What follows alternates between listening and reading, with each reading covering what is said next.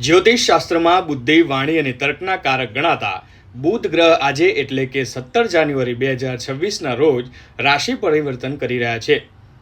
બુધ સવારે 10:23 કલાકે મકર રાશિમાં પ્રવેશ કરશે અને 3 ફેબ્રુઆરી સુધી અહીં રહેશે. મકર રાશિમાં બુધનું આગમન શિસ્ત અને વ્યવહારુ નિર્ણય લેવાની ક્ષમતામાં વધારો કરશે.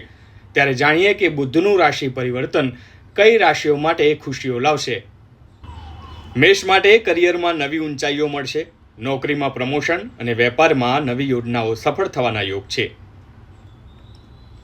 વૃષભ માટે નસીબનો સાથ મળશે. અધૂરા કાર્યો પૂરા થશે અને ઉચ્ચ શિક્ષણ કે ધાર્મિક યાત્રામાં સફળતા મળશે.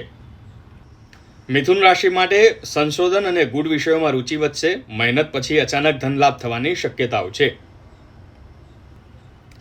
કર્ક રાશિ માટે ભાગીદારના વ્યવસાયમાં મોટો ફાયદો થઈ શકે છે. દાંપત્ય જીવનમાં મધુરતા આવશે.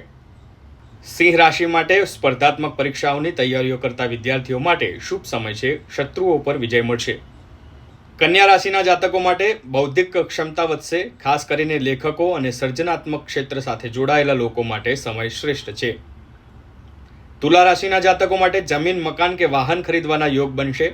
પરિવારમાં સુખ શાંતિ રહેશે.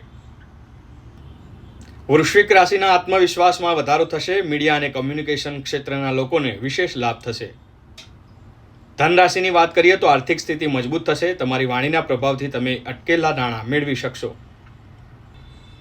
મકર રાશિની વાત કરીએ તો બુધ તમારી જ રાશિમાં પ્રવેશ કરી રહ્યો છે, જે તમારા વ્યક્તિત્વને નિખારશે અને માન સન્માનમાં વધારો કરશે.